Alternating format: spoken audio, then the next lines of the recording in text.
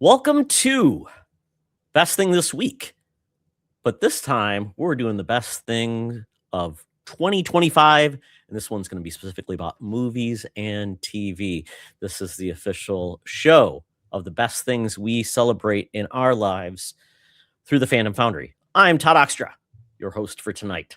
I am joined by three fantastic gentlemen who love what's on the silver screen and on the small screen. We'll start with Jose, aka Chipotle Bear from the Nerd Chat. Jose, how are you tonight? I'm doing great, man. It's been a great day off today from work, and we got a new board game that we played with the family. Not that that's related to movies and TV, but sitting here getting ready for the show, thinking about all the great media that we consumed this year. It's been a great year, man. So happy to be here. Thanks for having me. Absolutely. And I think that's the first time I've ever seen your cat on screen. Yeah, it's not my cat. It's my daughter's cat. I'm not a huge fan of our two cats, Nacho and Frankie, but he'd be up here bugging me. So if I put that back there, he'll just leave me alone. So strategery over here. Got it. Not a cat fan. Oh, well, and he said it's not mine. So I was like, what? It's just random cat shows up? Not mine. Just showed up today. Well, very good. We're going to go round robin to Clint from Spreading the Nerd. How are you doing tonight? Hello. I'm very well. How are you doing, folks? Good. I see you've got a different background, new place. Yep. I'm on the Sulaco, and I see we have Jonesy in the background there with the orange cat, so it's perfect. Love it. Fantastic. And then it's like we planned it. It is. Last but not least, we've got Chris from 1 Hour, One Decision. Chris, my friend. See Sonic in the back holding your controller. Yeah, it's Dan's favorite controller, the PS5 controller. So well, don't let him throw it if you get. I was gonna say Dan's gonna just come over to your house now, pick it up, and throw it, and make you cry. That's not right. That's fine. But yeah, glad to be here. Glad to see all these lovely gentlemen as well. So yeah, let's talk about 2025.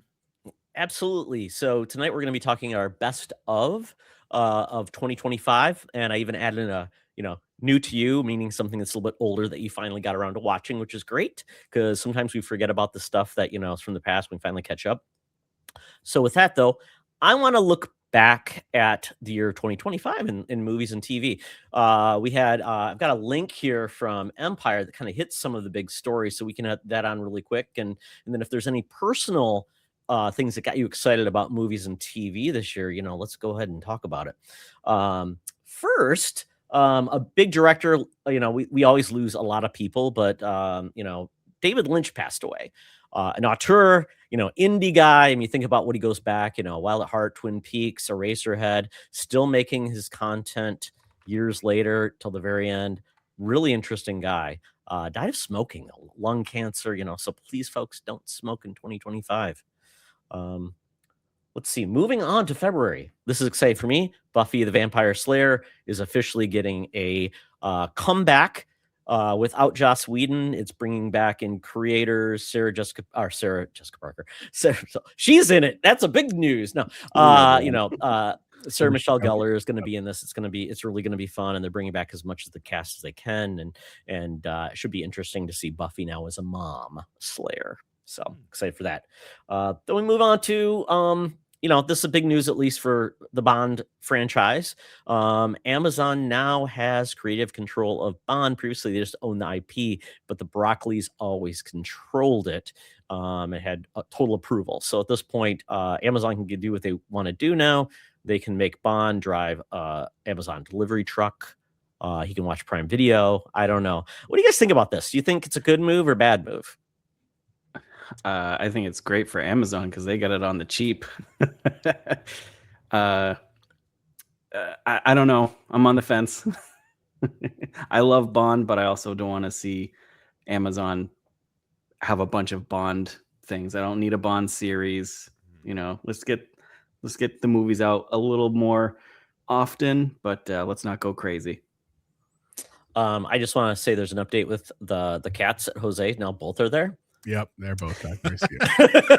So this is very exciting, folks. Just come for the cats and watch the cats. Yep, I don't know what they're going to do. It might have to be blurred out by YouTube. I don't know what they do, Jose. So hopefully they are not going to. They're actually playing Buffy back there. He's biting his neck. That's how they. Just a little bit of Nothing cosplay. Easy, inappropriate, just a little biting of the neck. Okay, and I'm gonna ask a question: who will be the next James Bond? Everybody, give me your pick.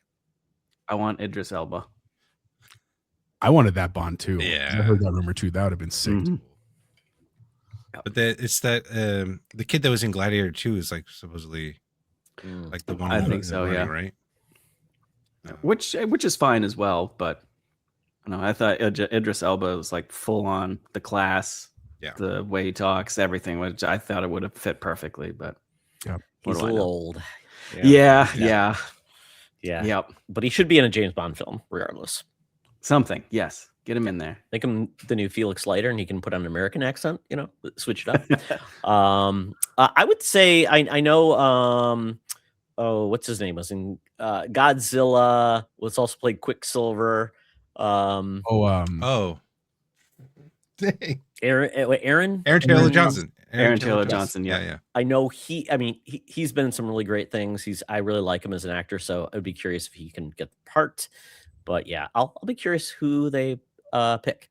Oh, I just want to say hi to the chat. We've got Slayer Giant. Welcome to the chat. He says Timothy Chalamet should play James Bond. I think England would Implode. do a preemptive strike on us before they let that happen. Yeah. Yep. And then Nissa Howard is also in the chat. So Good to see you, Nissa. welcome, guys. And as we're going along, let us know your best of 2025 or think of cool stories. Let's move on from Timothy Chalamet.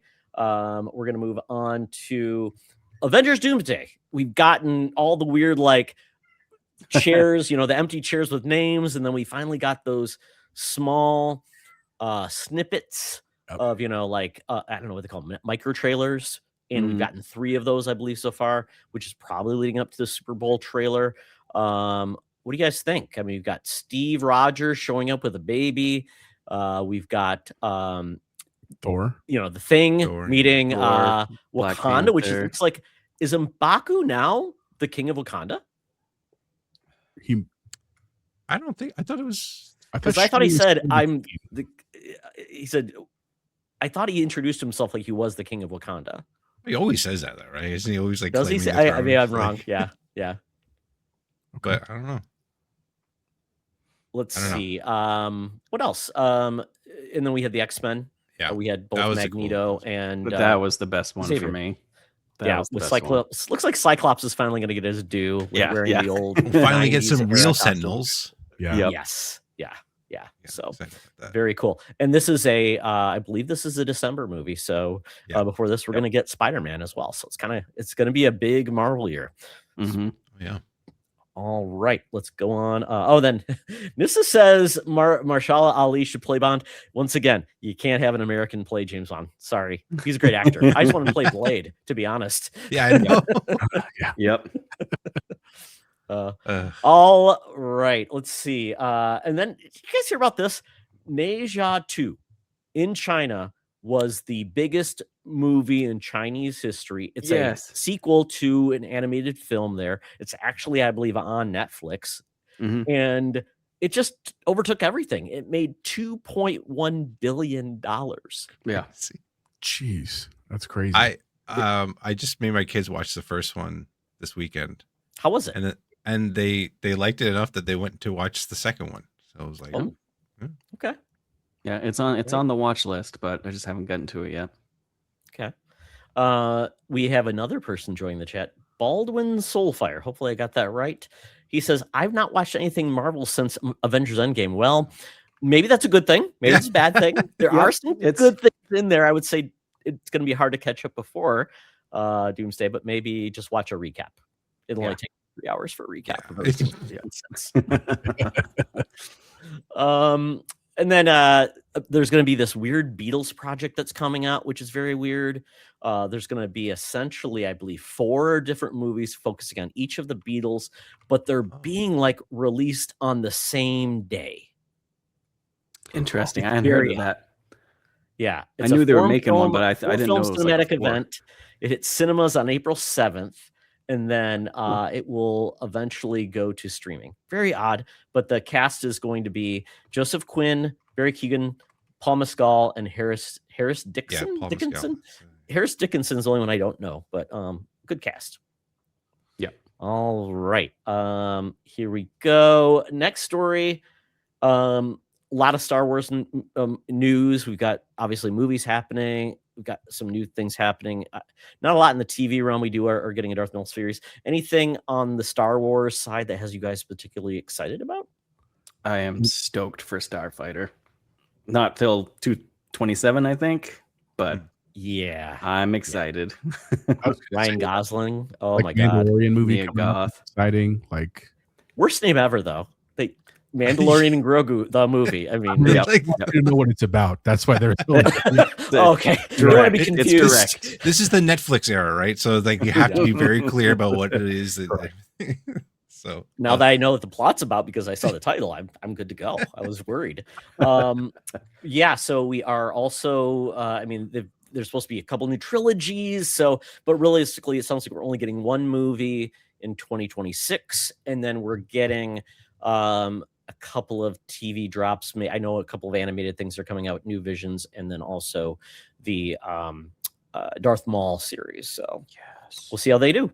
Yeah. And then the biggest news was Dave Filoni has now been officially picked as the basically creative head of Lucasfilm, which isn't just Star Wars, but it's indie. But it sounds like Kathleen Kennedy put the last nail in that coffin. So maybe we'll get another Willow project. I don't know. Another Red Tails. All right. Oh, yes. And Ahsoka season 2 is coming out too. Thank you, Slayer Giant. Anything else I missed on Star Wars? And they also, from the park side, they did announce Disneyland. That area is going to actually now be re-envisioned with the original trilogy in mind. Guess I'll have to go back. Shucks. Exactly. That's how I get you. Let's see. Big year for horror. That's what they keep talking about. We had 20 years later, Bring Her Back, Weapons, Good Boy, Him, Black Phone 2, Final Destination, Bloodlines, and A Hollow Road. I've not heard of that film. Did you guys see most of those, or did you see any of those? I saw a good chunk of them. I like horror movies a lot. I did not see Hollow Road. I need to go look. I don't think I saw that one either. But it was cool, man. And speaking of which, it's not on this list. I just watched what's the one with David Franco? Connect Together.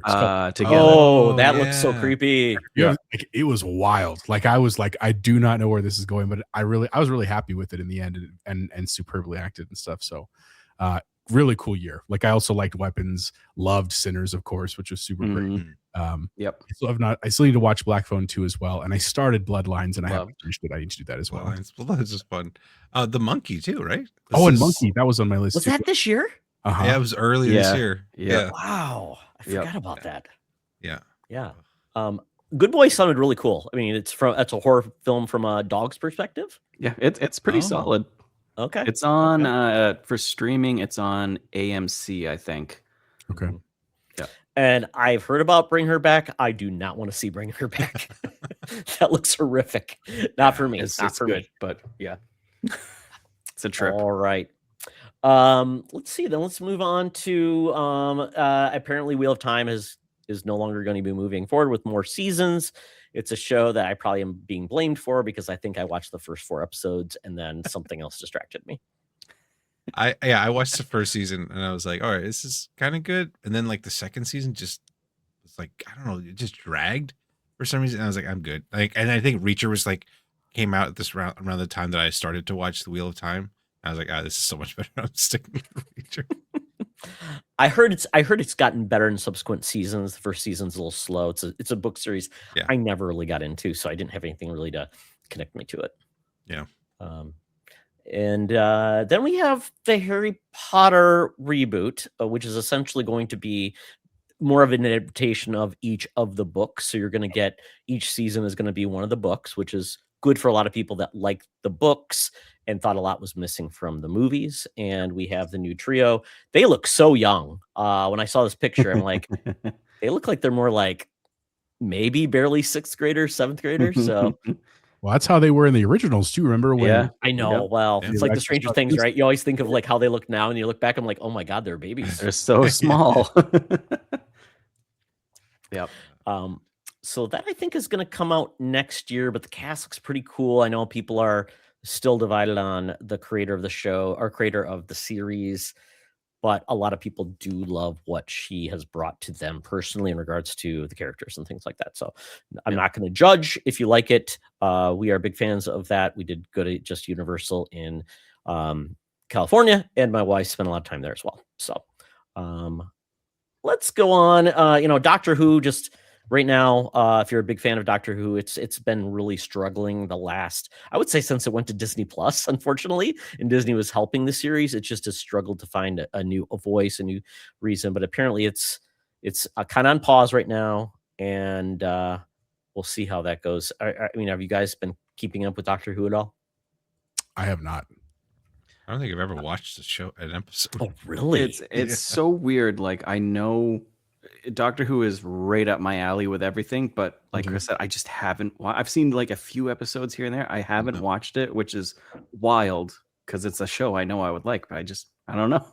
Yeah, I mean, like, I feel like for me, it was just like intimidating to like watch because it's such a long running series. But I get that they reboot it like essentially with every new actor, but it's still like, like there's gonna be like references I'm like from like 30, 40 years ago. You're like, oh, okay, I get it.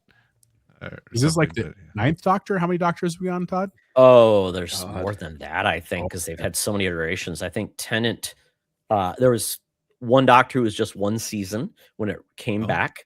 There was one Doctor who was on a Fox made-for-TV movie in the 90s. He was only on that, and that was an incarnation, which was so funny. And then it's like it went into when it rebooted in the early 2000s, and there was probably been 6 Doctors because there's been the guy who played Destro in the G.I. Joe movies. Is that what his name was? What was his name? Remember that? Yeah. He's always plays a villain in his movies. Yes, pretty much. So he was one series, then Tennant, then Smith, then the older gentleman. Then you got the first female Doctor, and then you got the first Black Doctor. So so there's been quite a bit. I mean, there's probably 12 or 13 now, even though they said there was only supposed to be like 11 reincarnations. But I would say if you want to give it a try, just start with the first rebooted season. You don't have to worry about anything from the past. You'll catch on. But that's really enjoyable I would say through a certain series. It's really good, but it's kind of sad that, maybe it needs to step away again. Doctor Who did step away for about 20 years before it came back the last time. So maybe it's time for a new audience. All right. Other than that, we don't need to talk about sequels because they always happen. Baldwin Soulfire says he's not watched the old Doctor Who, but I've seen every episode of the 9th, 10th, 11th, and 12th Doctor. Good series. Those are all the good series I would say that focus on that. I think we're good to go. And then you can move on if you want. It was a great year for superhero films, I will say. The fact that they pretty much all succeeded made pretty much everyone happy.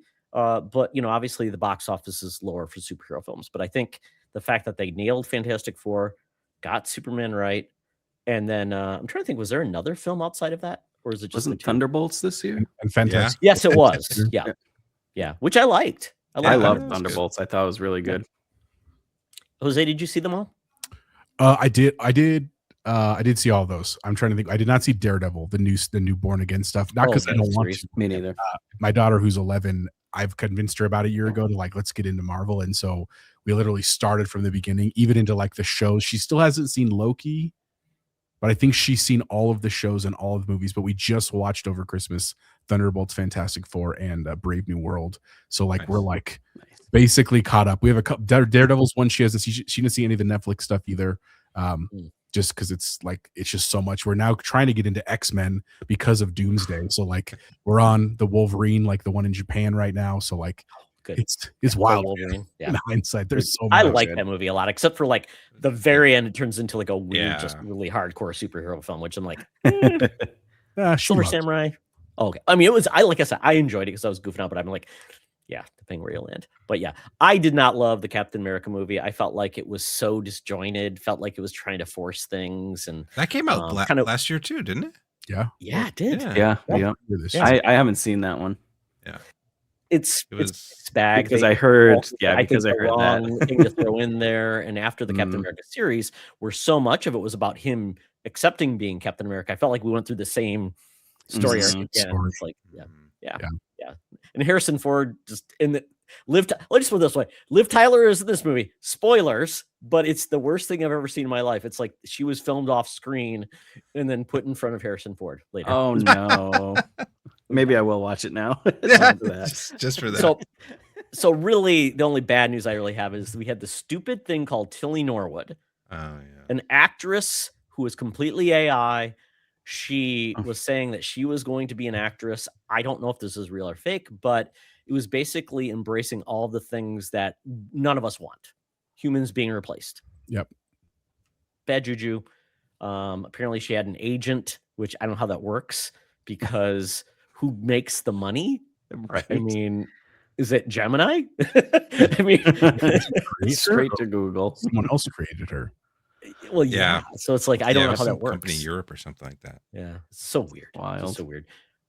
And then at this point, you know, I don't know if there's some other stories that are out here that I don't know if that were that big, but I think the biggest story of the year when it comes to film was K-pop Demon Hunters. Yep. I mean, Netflix's biggest movie of all time. I mean, I cannot say enough. Even my friend who's not into anime at all finally watched it a few days ago. Yep. So big story there. And other than that, I think that's it for me for the year. Anybody else have anything else you want to cover from a news perspective?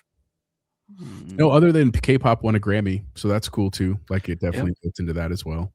Yep. And What shout was out the to category? this is Best song from a movie, or was it?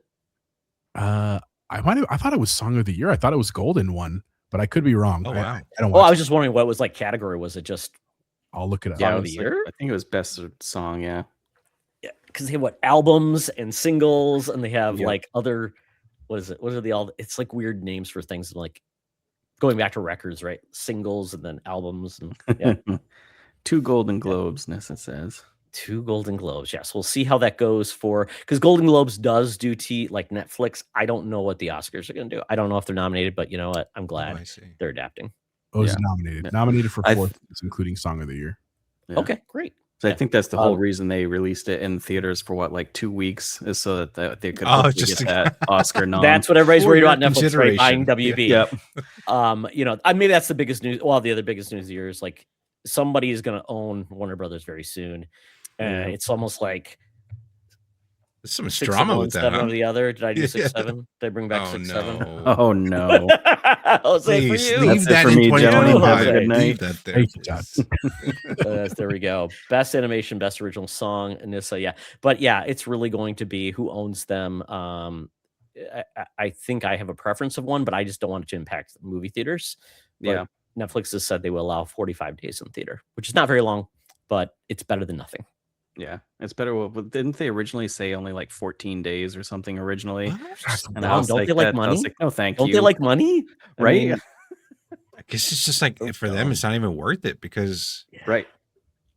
why? I don't know. well, I mean, they could. I mean, not everybody's going to go to the theater, but at least feel like Stranger Things went to the theater, and that made a ton Sold of out. money. Yeah. Sold Did out. it? So it's I like- didn't realize that. Oh Yeah. yeah, they do that with a lot of different things. And K-pop Demon Hunter went in the theaters and it made quite a bit of Yep. money, and so we'll see how it goes.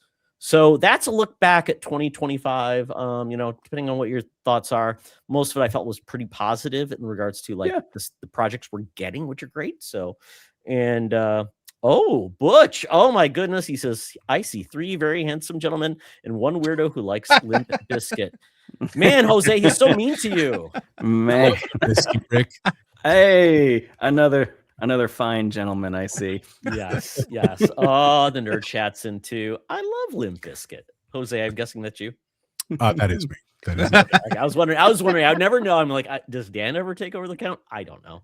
Bacon maybe. It's funny, Bubble Boy Bacon doesn't. is logged in. Dan is like never logged into our account, that's right. and he's a boy. But it's usually me or Bacon when we're logged in. Love it.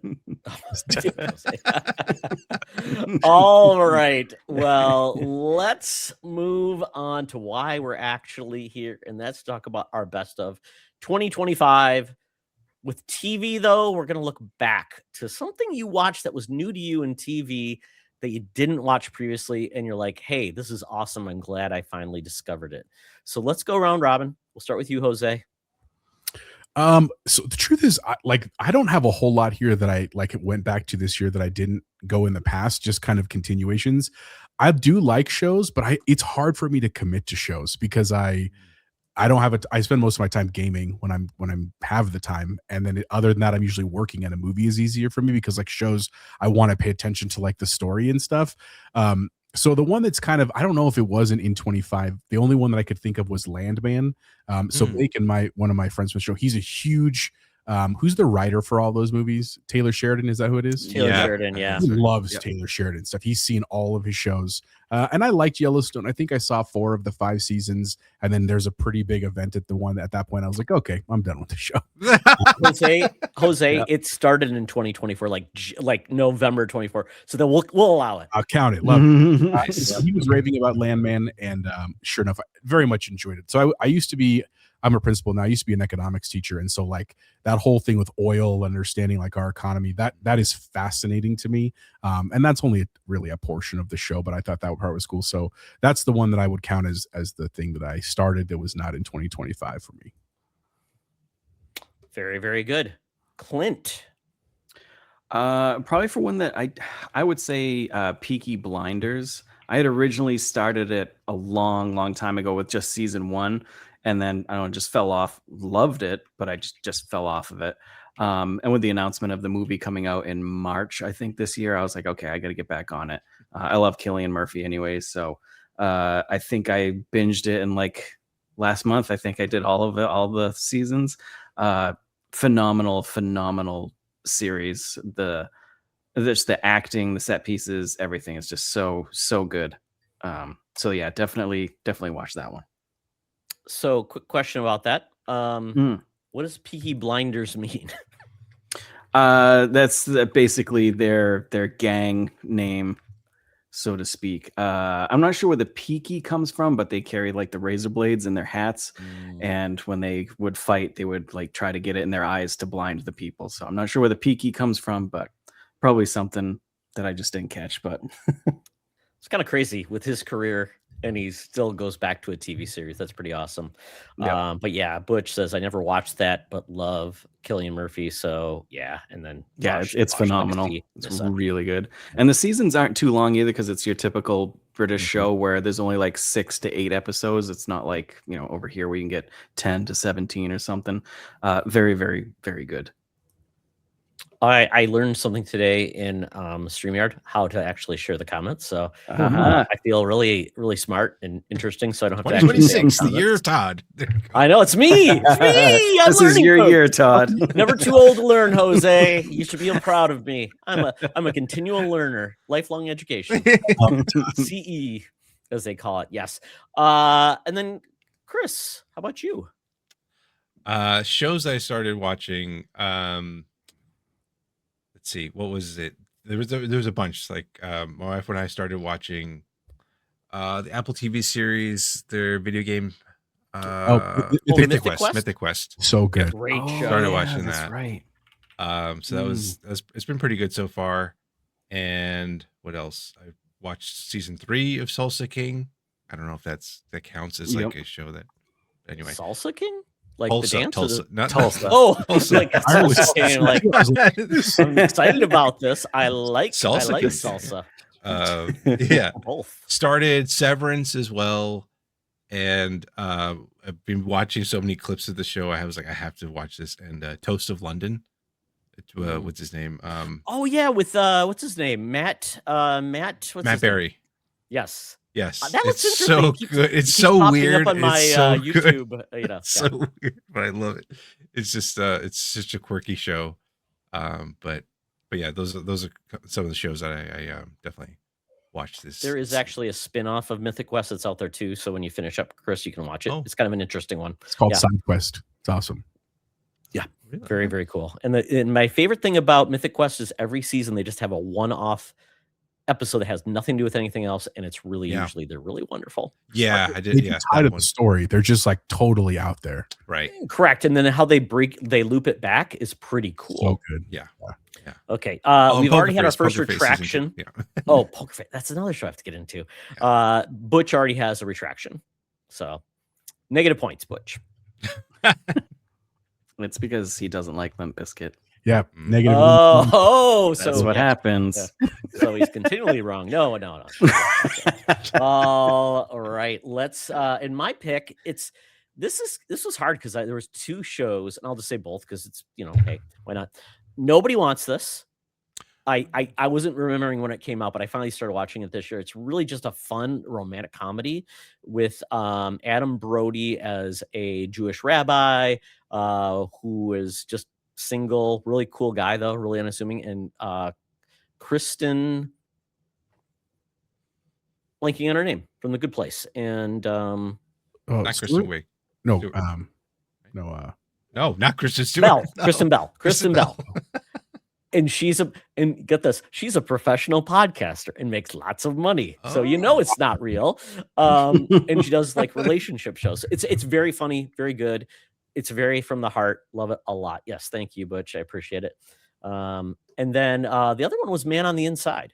I finally started watching that this year. Season 2 has just been announced, but it's a great show about Ted Danson, basically a retired guy, kind of not sure what he wants to do with his life, and he gets hired to basically be the inside man at a retirement community where he's trying to investigate somebody who's stealing somebody's stuff.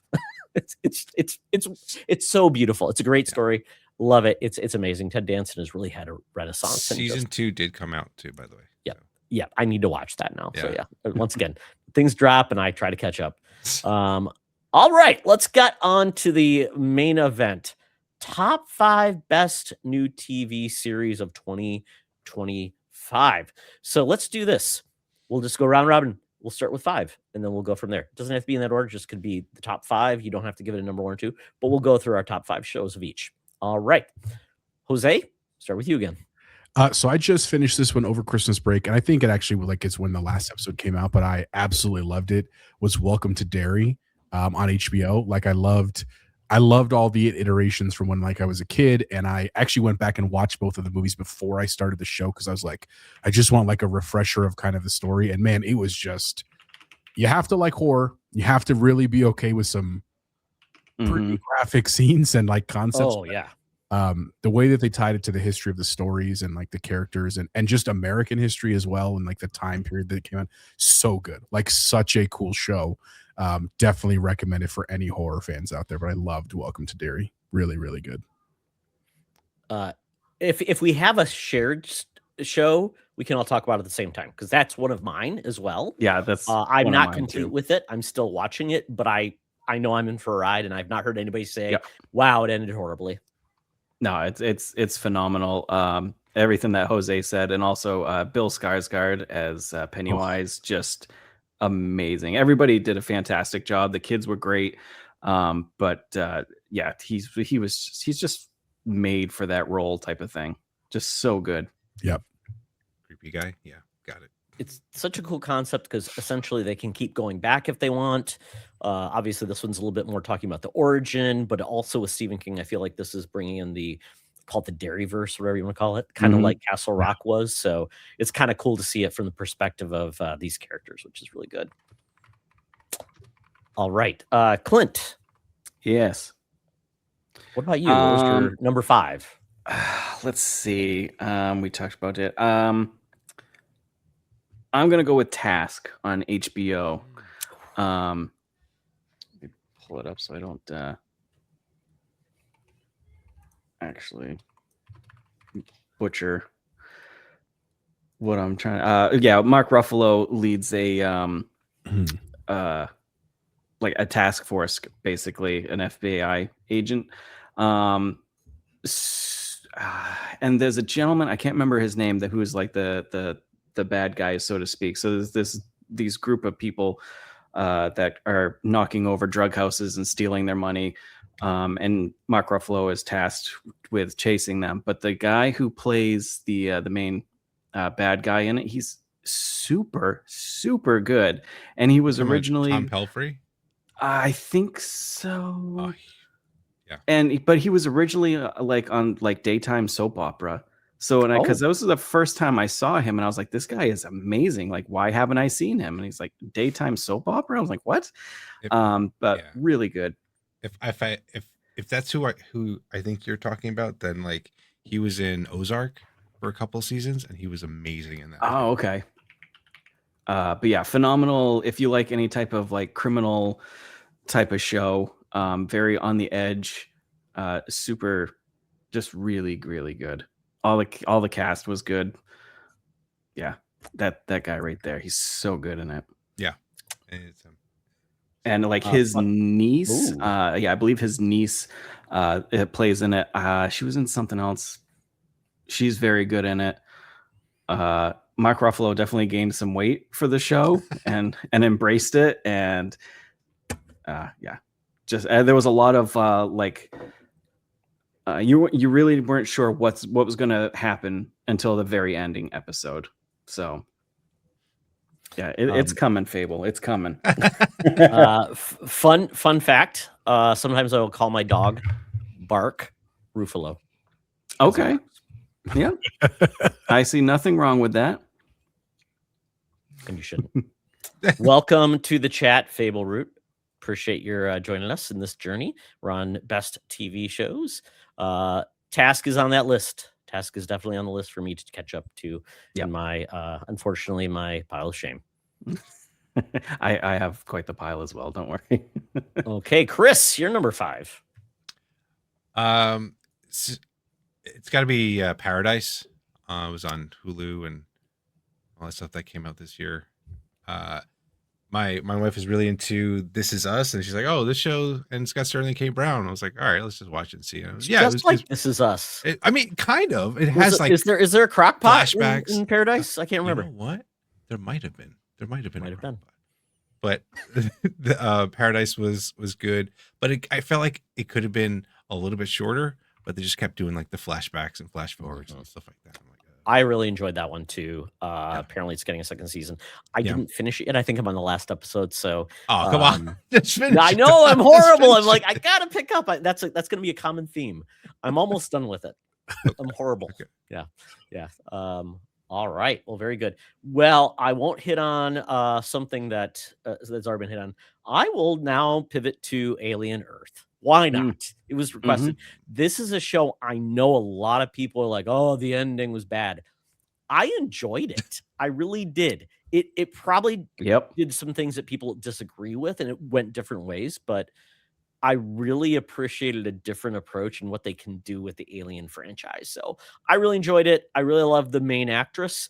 I'm kind of happy certain characters died. Kind of sad certain characters died, though. So, yeah. Yeah, go ahead, Jose.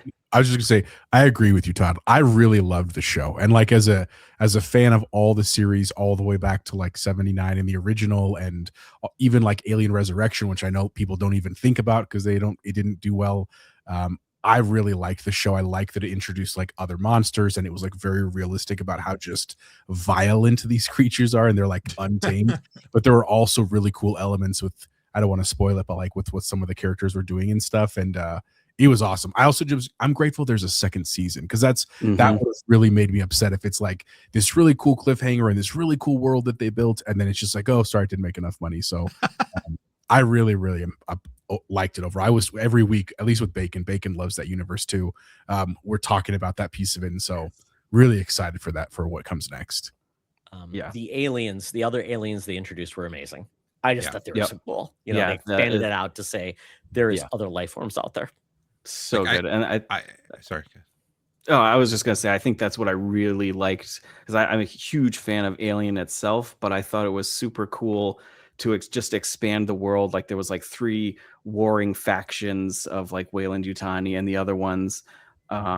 So it was an alien show, but it just fleshed out the universe really well. Kind of like Star Wars Andor. It's Star Wars, but it just something different. So you get the best of both worlds type of thing. And I liked how it was over the top, like rated R, gore, blood, as it should be. Yep. And I think the point that Favorite made, The fact of the choices of music for the end of each episode, I'm like, So yeah, man, they are that was going good too, hardcore rock. And so every episode. good. Yeah, So I just interesting. really like the aesthetic overall. Like I think they really Yep. nailed it with that. Even though, yeah, there's some choices at the end. You're like, why? But yeah, I think they really nailed that, and I'm happy for there to be at least something good in the Alien universe like that. Yes. Not done on the cheap, definitely, Yeah. which is amazing. The budget must have just broke the bank. It's on Hulu, which is now merging with Disney Plus in 2026. So enjoy that, families, if you don't put a password on your account. Your children will be very happy with Aliens at night. They'll love it. Yep, absolutely. Okay, next, number 4, Jose. I'm gonna also, like, keeping on the theme of science fiction, and one that I know is probably at least on one of your lists, is the Stranger Things finale. Without any spoilers, if you've not finished it or gotten there, but same thing with, I was talking about my daughter. Both of my daughters wanted to go back and watch the whole series because it just is like an event, right? A cultural event, and so we did that starting in November, and it was a little bit of a grind, like for sure, to go through 5 seasons and their hour-long episodes and stuff. And like, full disclosure, my youngest is 8. That was probably pretty close to the line, like where I was like, worried she was going to get freaked out, but she also loves like Jaws and Jurassic Park and stuff. So like, maybe that means I'm a bad parent, but she did fine with it overall. But we had such a great time with it. Like, I really, really appreciated how they wrapped up basically every storyline that I could think of in a way that was very satisfactory for me. And I think they did a good job. Like, I'm really happy with where it ended and that kind of stuff. I definitely got like teary-eyed in that last scene. Again, I don't want to say anything why, but Full circle, right? The It full felt like it circle, went and full like circle, which was amazing. it hit home to like, I wish I had been more into D&D as a kid. Like, as an adult, I'm learning about it, and I'm actually studying right now to start our first campaign with my daughters. Not technically Nice. in D&D, but with a tabletop game. So like, but Awesome. that felt really, really great for me, and just really, I'm glad they did a good job. The only complaint, and it was, shout out to my co-host Chance, it was awkward how old they were. Like, it just they couldn't have avoided that, obviously, but like, Yep. it looked like 30-year-olds playing. Yeah. High school, you know. It's a fine tradition of older actors playing young characters, like 21 Jump Street. Johnny Depp playing a 17-year-old. Yeah.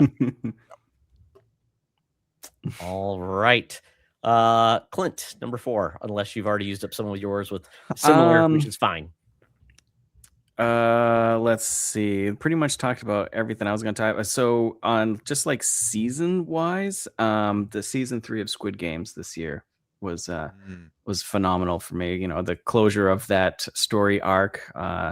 Super looking forward to, the next one, which is set in the 80s, I believe, which I'm going to be super excited for.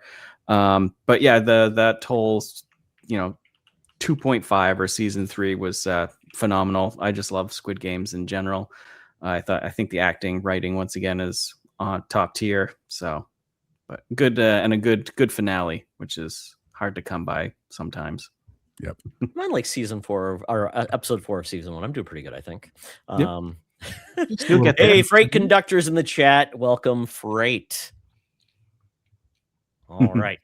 All right. Let's go back to you, Chris.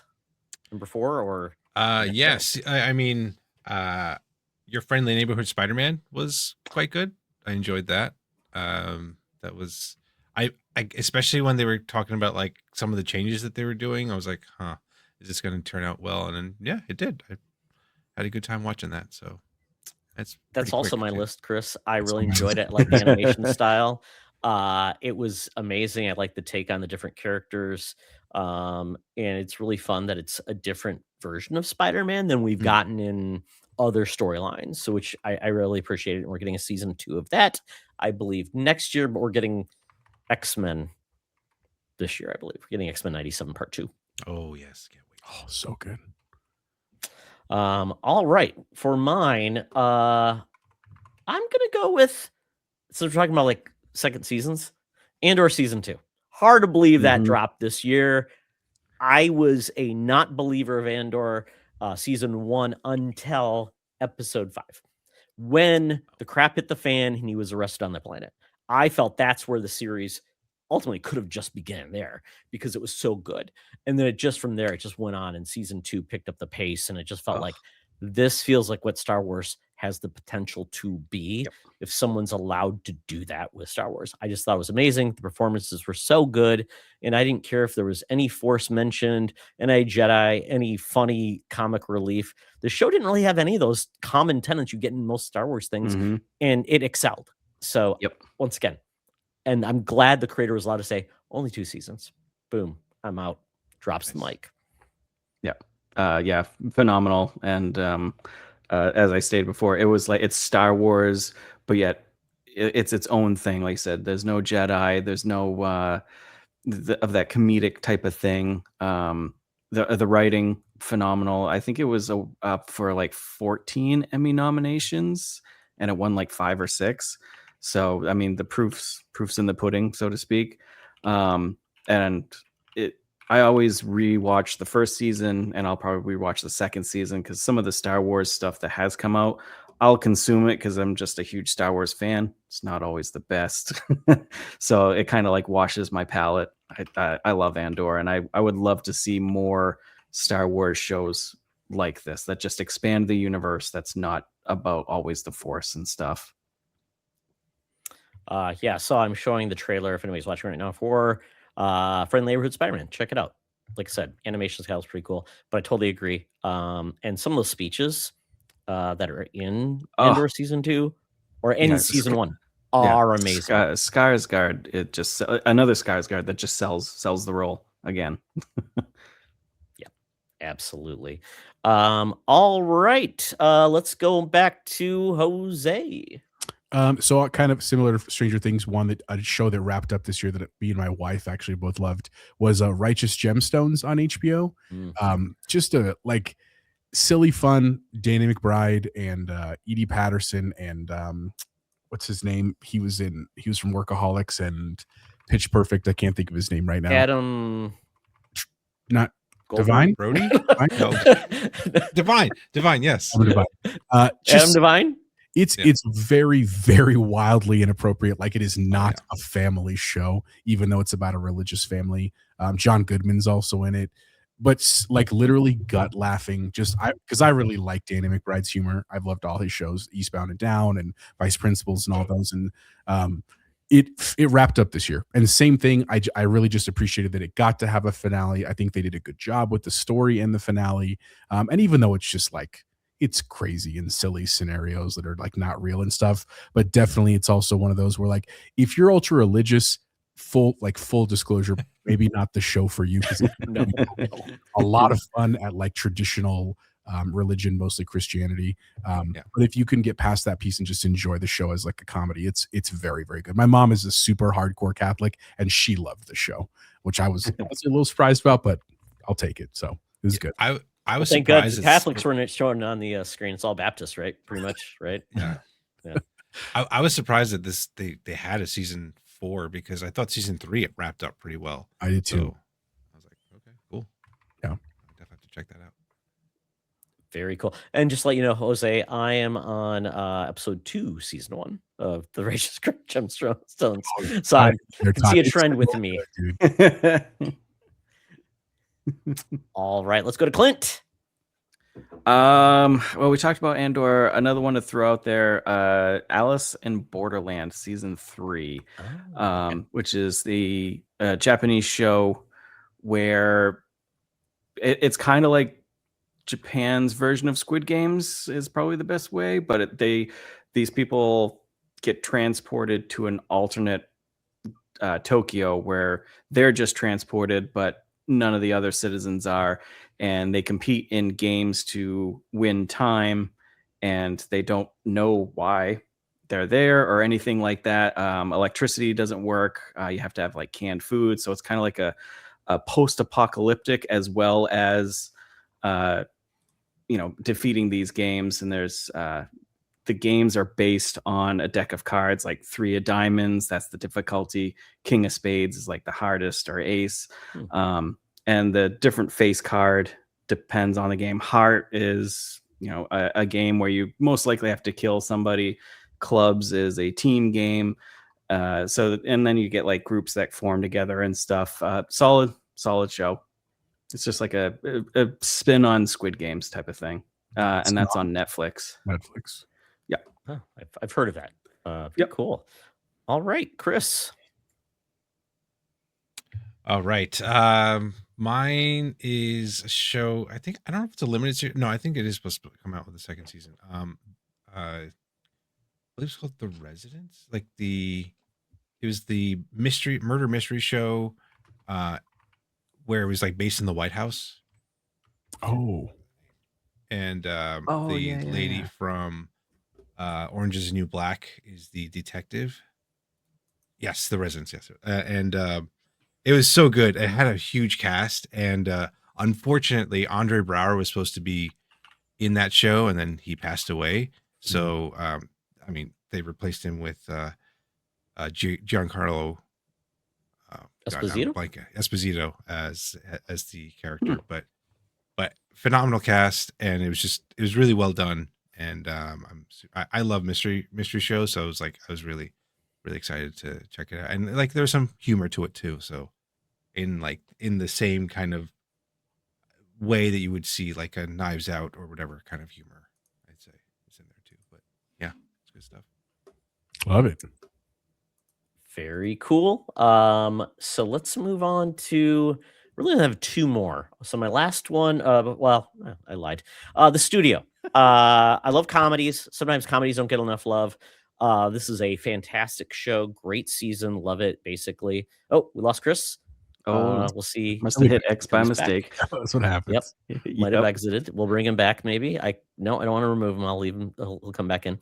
But yeah, great show about studio execs at a traditional studio who feel at this point they're gonna, make great films, and then they get the license for the Kool-Aid property, and that's where things go awry. Great, actors and directors show up in this show. It's amazing.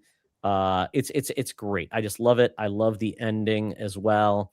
Yeah. Is it can't say mostly enough about it. comedy, Todd, or is there serious elements too? No. It is essentially like Your comedy. I'm trying to compare it to something because it's just like antics, like goofy things, plus very funny stuff, and it's a very inside baseball with Hollywood. So you get like Martin Scorsese showing up, Ron Howard as himself. You get some very interesting topics like who should play the Kool-Aid Man. Well, you can't have that person play Kool-Aid Man because of certain like cultural things, and it's hilarious. It's so good. I've heard Catherine such Hahn's good in it. things. I have not seen it though. It's on my list though. So good. Bryan Cranston plays this like old studio exec who's way out of his league, and it's great. It's great. Okay. Seth Rogen, once again, playing Seth Rogen, being stupid, does the dumbest things in the world, and you just see him like it's almost like Curb Your Enthusiasm, where you just see like he's just sabotaging himself. Sure. How many episodes in the season? Like 8. It's very quick, and they're like 35 minutes long. Oh, 30? Perfect. I was going to say Perfect hour. for a comedy. Comedy should Nice. not be like an hour long. Yeah. That's on Apple, right? Yes, it's on Apple. Yeah, and sometimes there's deals like on Amazon Prime where you can sign it up through Amazon Prime, put it on your list. So that's how I got it, I think, for like 3 Yeah. months. So Nice. Speaking of deals with Apple, if you get Peacock, I think you can have Peacock and Apple for like $14.99. They'd have a deal together now, I think. yeah, those combos. awesome. And unfortunately, they're probably like, oh, but you get ads too. Yeah. Thank you Yeah. for that. Yeah. Chris, there's a question about, is there a season 2 of The Residence? I don't know. I mean, I heard there was supposed to be, but it's not out yet. If anything, but I have not seen anything. Yeah, I don't know. It says only one season on IMDb, so if it is, it's not out yet. Okay. Good to know. Oh, Let's go to apparently there will not be. Jose. Oh, it's canceled it. Which I What? was just gonna say, it looks like it Canceled? says, Oh. why was it canceled? Yeah. Oh, that's Oh, no. Not great. Rip. Not great. Oh, well, well. you know what? Chris liked the first season. Watch it for him. It's good. So my fourth one is one that's it's dark, but it's really pretty lighthearted. And that's Wednesday. They did season 2 that came out this year on Netflix. My family and I are big into Halloween. Like my wife and I got married and had a Halloween wedding where like people came in costume and stuff like that. And so anything in that realm just is like we like that stuff. And so season 2 was definitely not as good as season 1, unfortunately, but still enjoyable, still a good time together. And it's cool to see. We keep talking about universes getting to grow. It's cool to see that universe grow a little bit. And I do worry a little bit that the same thing is going to happen in Stranger Things, where like Jenna Ortega is going to just start getting like way too old to play this. Yeah. And so I hope that if they do a season 3, it kind of wraps up the story. Even though I like the stories, they need to do that, I think, before they ruin it. But it was good. If you haven't seen it, definitely worth your time. If you're not in a rush, it could be a fun thing for spooky season, because it didn't come out for October this year. I think it came out in November, or maybe even, no, sorry, maybe it was September. It came out like very early. So if you like it, check it out. If not, totally understand. More Fred Armisen as Uncle Fester. He's the best. Yeah. I love him Yeah. so much. He's the highlight. Well, Yeah. very cool. And they got to stop taking like 4 years to make a season. I mean, really. Oh my God, dude, I know. Yep.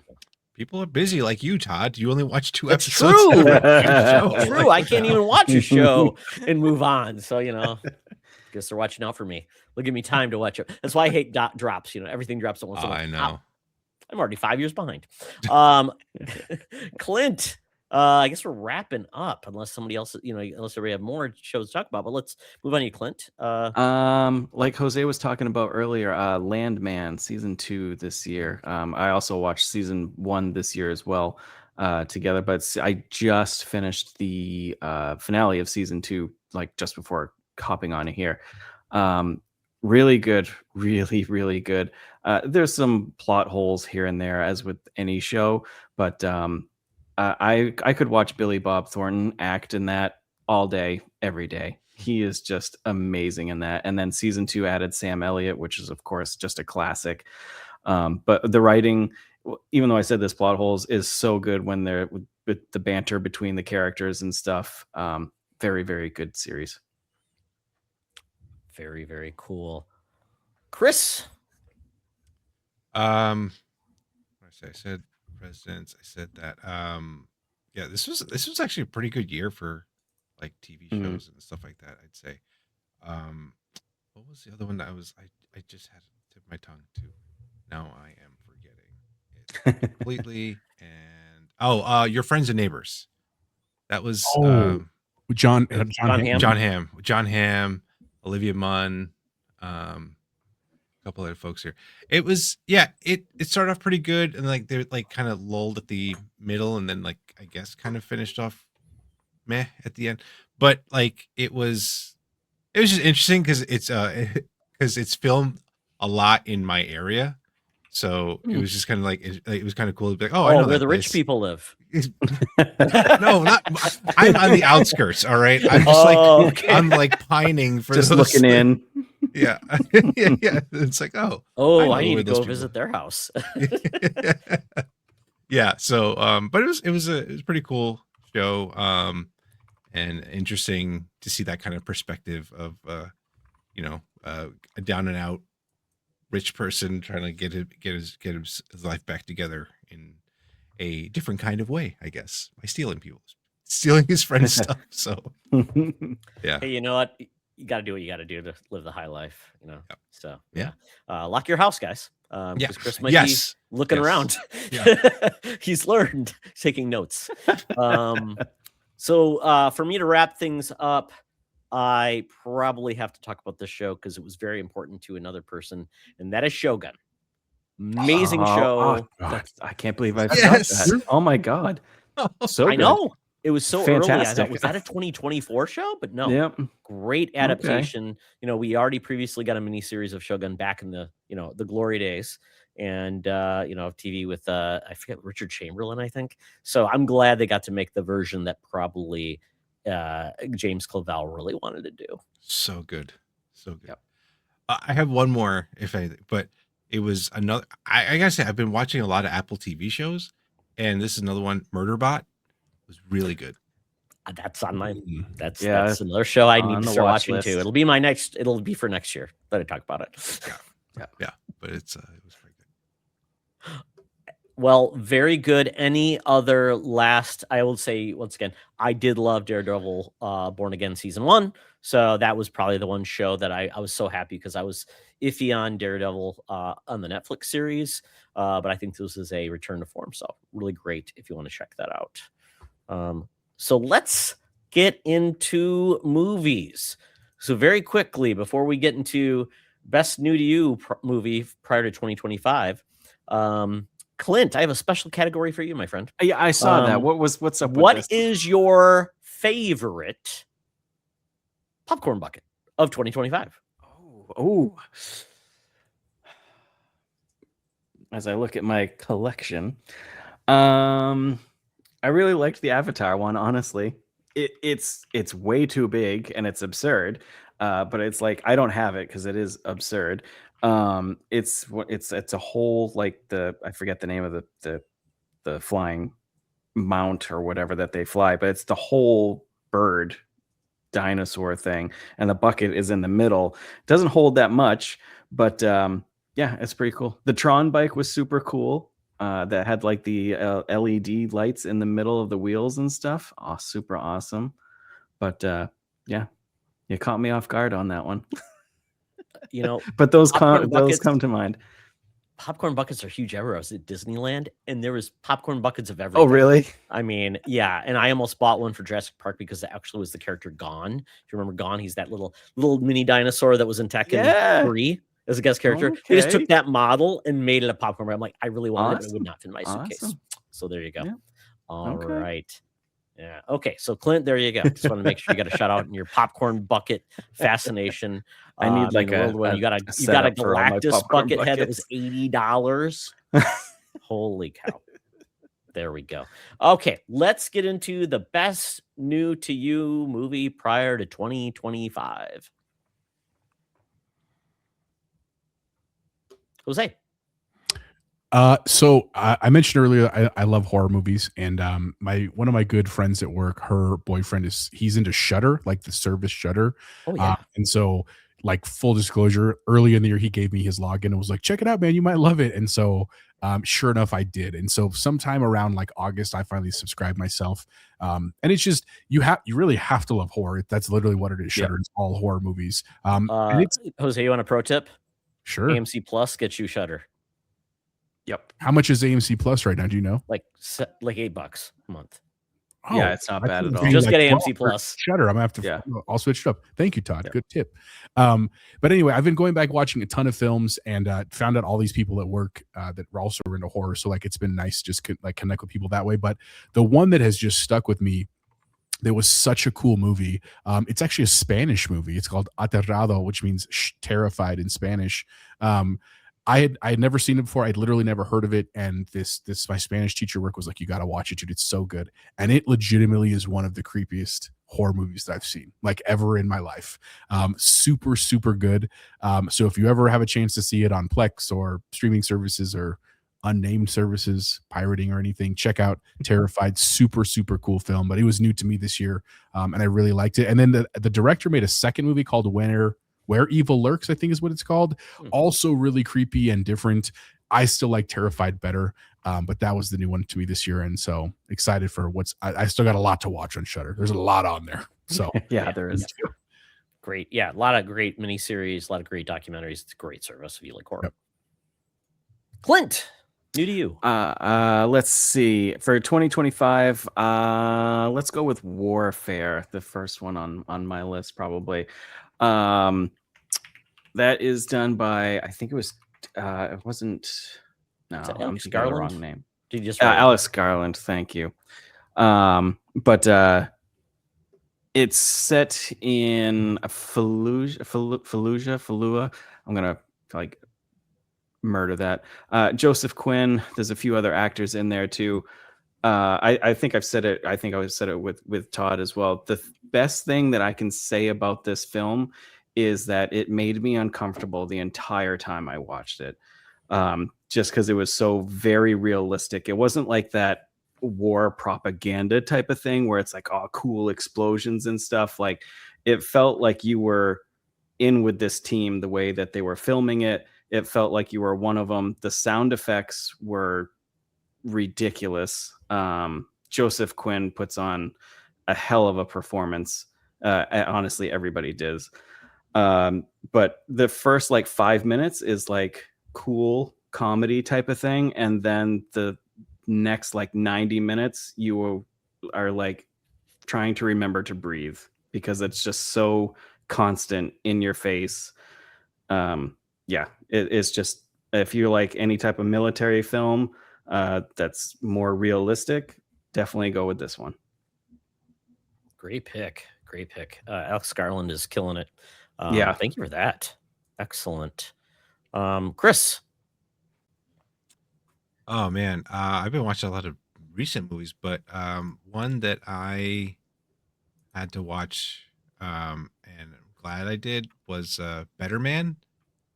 It was a movie. It was the biopic for The monkey movie. Robbie Williams, and like Yeah. no one went to see it in theaters. I really wanted to see it Oh in yeah, theaters. yeah. And it was really cool. It was such a like, it was actually pretty like sad to see like some of his story. Obviously, he's gonna twist it around to make him like be the sad Right. guy, whatever. However he really is in person, whatever it is what it is. But I thought it was just really well done. The like that way that they did this animation stuff was like crazy, and I just had a good time watching it. And Robbie Williams, loved him to pieces. Boy band member that really did some cool stuff. yeah, He's very good singer. I love his music, so Oh, yeah. I do want to watch it. Yeah, love the take though. I mean, it's kind of that's a risk right there to basically. Yeah. It's about me, but I'm a monkey. yeah. Very Robbie Williams, if you know him. Very, very well. Yeah, I'm a puppet. I'm part of the man. Yeah, yeah. Very cool. For me, mine is more of a. This is kind of maybe where I'm cheating. It's a documentary called Terabytes, and this is, and it's weird where documentaries fit, but this is really cool. It's essentially this team has done other video game documentaries, but this one is all about it's a documentary. They did In the Search of Darkness, things like this. This is all about documentary about the history of video game horror games. It's amazing. They get amazing creators to interview. They go through it and kind of it's themed, but it's multiple parts. It's essentially like 7 parts. And it's very long, but it's just great getting all this old footage, games I had not heard about, and just the stories behind them. It's amazing. I love documentaries. Kind of why I love Shudder so much, because the documentaries about how horror films were made, some of the stories behind them. So because we are all big video game fans, I think it's well worth checking out. And spoilers, I may be talking to one of the guys behind this eventually. So more to come on that. How do you watch? Can you find that? I was going to say. You can purchase. That's the hard part. This is, I believe you might be able to get it streaming, but I actually bought this like through their site, Creator of CVC, I think is what it's called. I could share the links for it, but but you can get it and you own it. Basically, you just get the files. So it's a little different, but you could also buy the physical media as well. It's just pricey. So I'm like, you know what? I'll just get the basically the video files, and it's fun. It's really, really, really cool. Highly recommend. Nice. Terabytes. Yeah, share that link, man. I'd be very interested. That's that looks. Wait, but this is a movie. They did a great history of like FPS games too. They did a history of FPS games before that. So I'll share the links. Cool.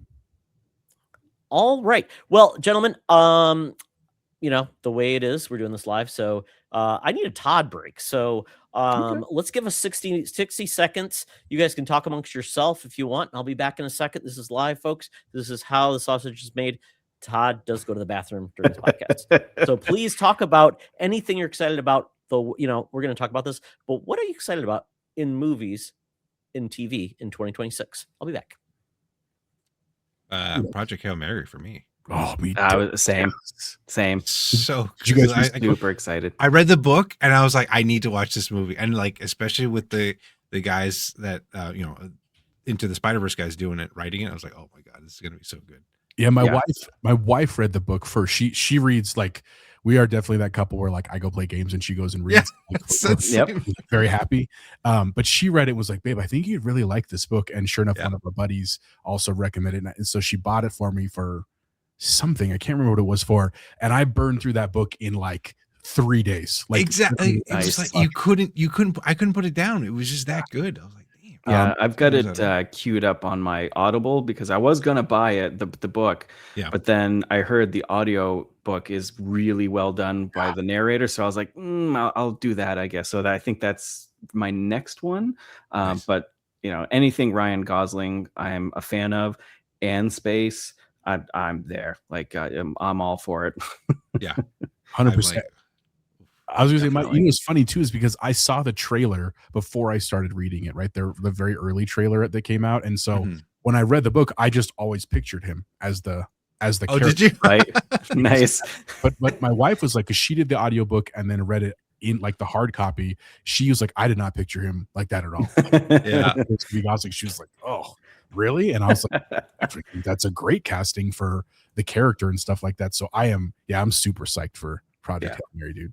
Yeah. Can't wait. Yeah, welcome back, Todd. It's good to be back. There we go. Wow, thank you for that holding spot. I could probably put the 60 seconds on screen back then or whatever.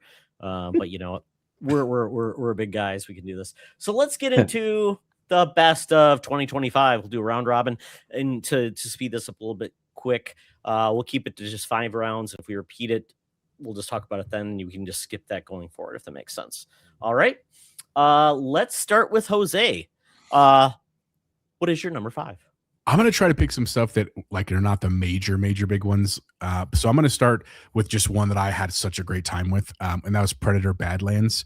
Love Predator Badlands and Hunter of Hunters. I'm going to smash both those into one. Yes. They came out this year. Animated one. They were so dope, dude. Like if you like the Predator universe, if you like the characters, if you like Alien and Terminator, like do yourself a favor and go watch those movies. Like you will just have a good time, like a really just fun time, man. So that was my number 5 for sure. Yeah, that was mine as well. And as like Alien Predator fans, we were eating good last year. It's so good. Badlands, phenomenal. I loved how they brought Wayland Yutani in there. I was kind of worried about it, not worried, but wondering how it would portray. But I thought it came across really well. They did a great job. Great cyborg, or the android, I guess at this point. Amazing. Yeah, I love that too, and I like the fact that we got a different take on the aliens or the Predators. Saw them on their home planet for the first time. Yeah, really cool. Yeah, really cool.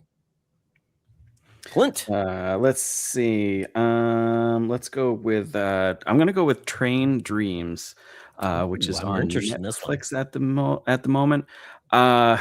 I don't usually get sentimental with movies. I'll watch like dramas and sad movies and stuff.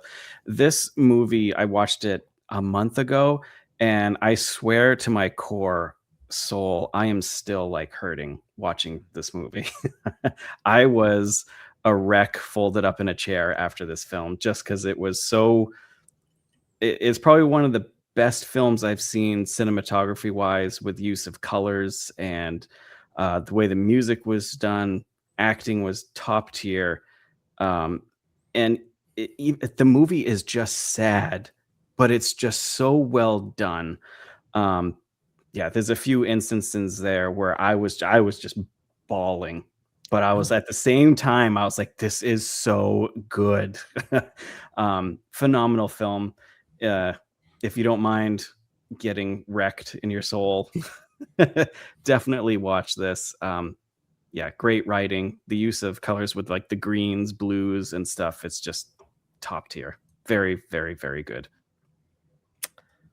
Big shout out to Luke who joined the chat as well. And to summarize, is this a reflection of people that built the railroad, or is this, what's the summary of like that? It's kind of at the end of where railroads were huge, like timber cutting was huge and stuff. So he basically has to go away on these timber cutting, and he has to ride the railroad, and he's gone for like half a year, comes back, and things have grown up, things have changed, and then without giving things away, it's just so well done. It's on Netflix. You don't have to pay a ticket to go see it. I can't recommend it enough. Perfect on your phone, I assume, with that great cinematography. Yep. Get that high resolution. Exactly. When you're in the middle of office meetings or on the toilet, Don't do that, because you'll be crying in the bathroom and nobody wants to hear that. Oopsie. Someone's gonna check on you and be like, "You all right in there?" No, well, that's great to hear. That's on Netflix. So if you missed in the theater, you can catch it here. So, or was it only on Netflix? It was in theater for like a short run type of thing, but okay, very cool. So Chris, follow that emotional. Cheer us up, Chris. Hopefully something very emotional as well. Yeah, I mean, I had it was a goofy movie, but Novocaine with Oh, Jack yep. Quaid. Oh, okay, yeah. Yep. It was Jack like Quaid, yeah. yeah, where he can't feel pain, so it's just like he's kind of like a superhero, but not really. And it's like he just goes on this. It's just like it's a nice compact movie and pretty good, pretty decent action scenes and stuff like that. And yeah, I just had a good time. And yeah, just definitely check it out if you can. How many times did you cry in that film, Chris? I didn't cry at all. I see. I bear my Oh. truth, and now We gotta flip it up. We gotta go the other way there. The audience will hear that the majority of my picks will not be making you cry unless they were that bad, but I didn't pick those bad films or I'm crying from laughter. Yeah. Oh, also welcome to chat. Game Positive, our Canadian correspondent in all things cool and snow. So hey, Eric. Let's see. For me, I am gonna go with K-pop Demon Hunters. Why not? You know what? I thought about the movies that like my wife fell in love with it. We got my son to watch it, my friend who never had, and just the phenomenon of it, how so excited it got people, the soundtrack, just the fact that how they nailed the animation style being beautiful. They also nailed all the tropes of like anime with the expressions, which I absolutely loved. And yeah, I mean, and it didn't completely, go after the romantic bits. It really was more about each of the characters' journey. So I just love the story plus the story of the people involved. And kudos. I hope we get more movies like that in the future. Yeah. And fun fact, I don't know if you guys have seen the trailer for Goat, which is a basketball movie where the little kid goat, but it's like by that same animation studio, which with the Sony animation studio, and the voice actor is the kid from Stranger Things, not kid anymore, the young gentleman from Stranger Things is voicing the character. So I'm like, that is so cool. So good for them. That's awesome. Fun fact, that's my Fortnite avatar is Zoe from K-pop Demon Hunters. Okay. Nice. So wonderful. My next one, keeping in the animated theme, I actually went to see this a couple weeks ago with my daughters. Zootopia 2. I loved the first Zootopia. I want to see that. Yeah. And the second one, dude, I might be better. Like I didn't think that would be possible because the first one was so good. But just they did such a cool job. And like full disclosure, if you've never seen it, it's a Disney animated film. It's ultimately like about racism, as weird as that sounds, but it's a theme that we don't get really well done for kids in the modern age. And both the first Zootopia and the second one are about it in different ways. So good. Like just like warm-hearted, like really, really enjoyed and laughing too. Like it's a really funny film, but really, really good. So if you haven't seen Zootopia 2, I highly recommend that one. Great voice cast. I mean, Jason Bateman. And apparently the snake character in this is like the #1 character in China right now, who's played by Ki Hua Kwan. Yeah. Killing his name. Yeah. Sure. Yeah. And I think it just today or the other day, it just became the biggest American animated movie of all time so far for like America. Yeah. Really? It's like 1.66 billion, I think. Wow. Yeah. So it's awesome. great. Yeah. Love, we'll see a Zootopia 3 is what that means. Oh yeah. It's been on our list. Yeah. But that's a movie where my son promised he'd see it with us and he never did. So we never got to see it. So so we wait for Disney Plus. So we get there. Clint. Next one on a different note. Let's not keep it too sad over here. Sinners. I thought was phenomenal. I was excited for it in general after the trailer. I was like, yeah, the vampires, I'm all in already. This movie was fantastic from, once again, the filming, the setting.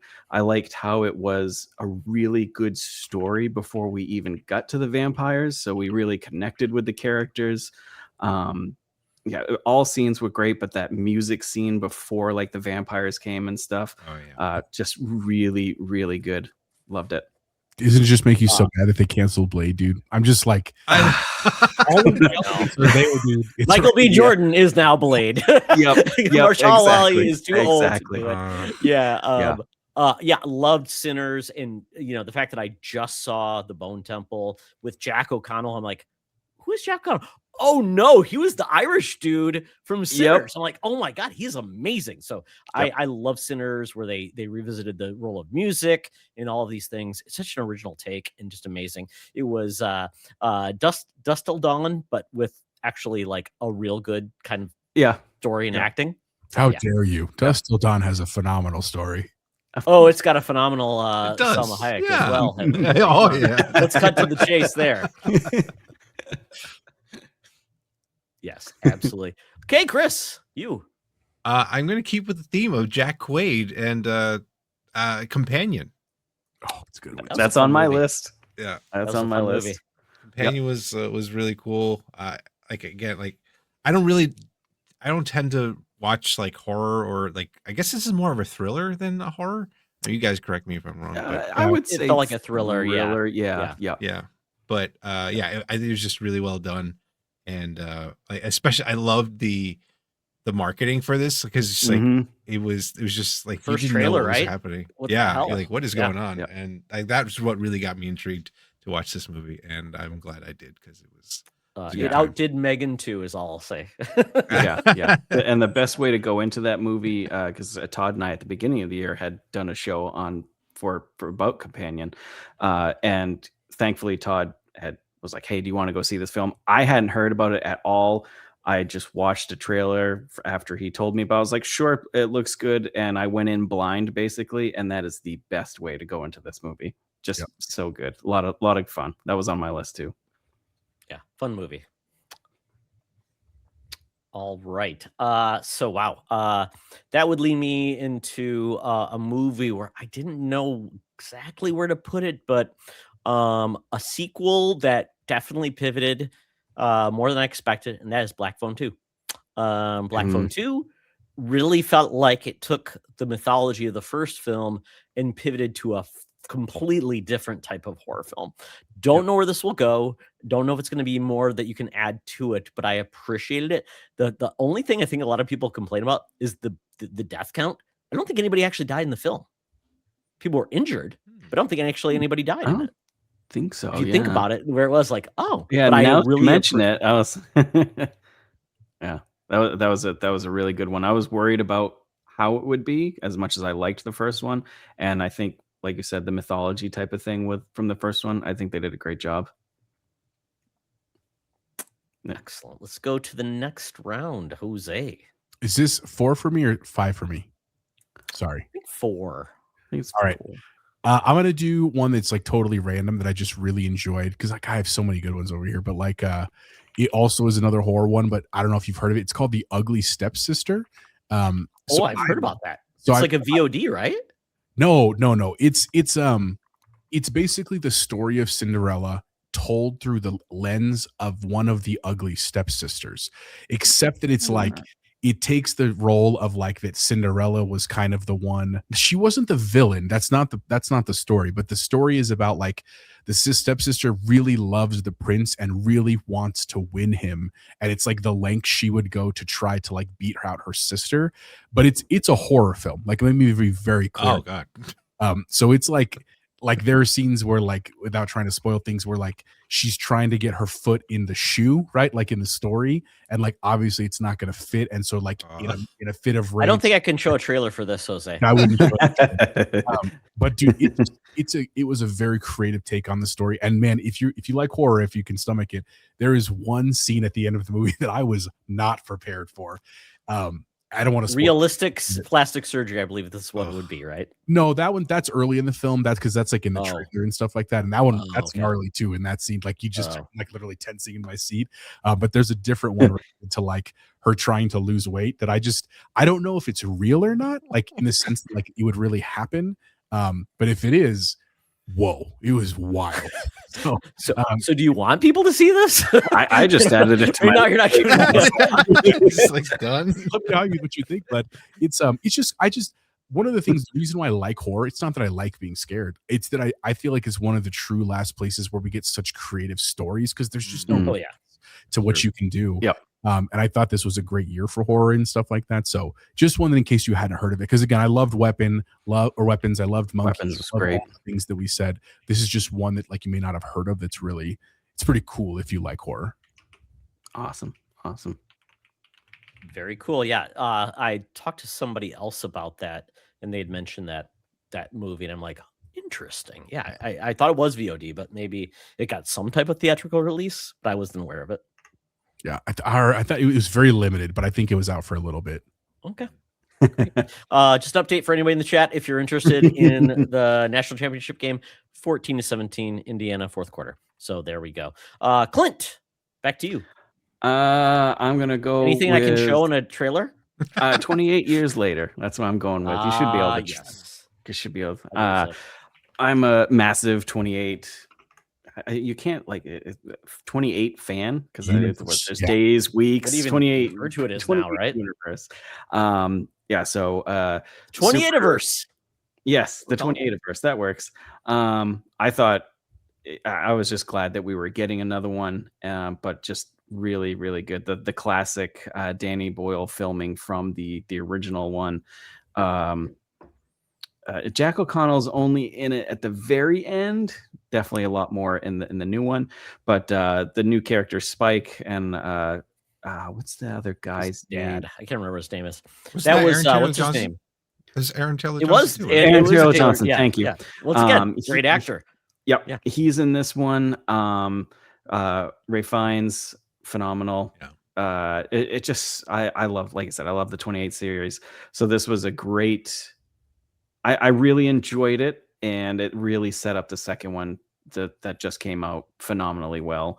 So yeah, that's still my favorite zombie series for The sure. Bone Temple sounds like a great alternative band from like 1997. Chris. All right. The Naked Gun.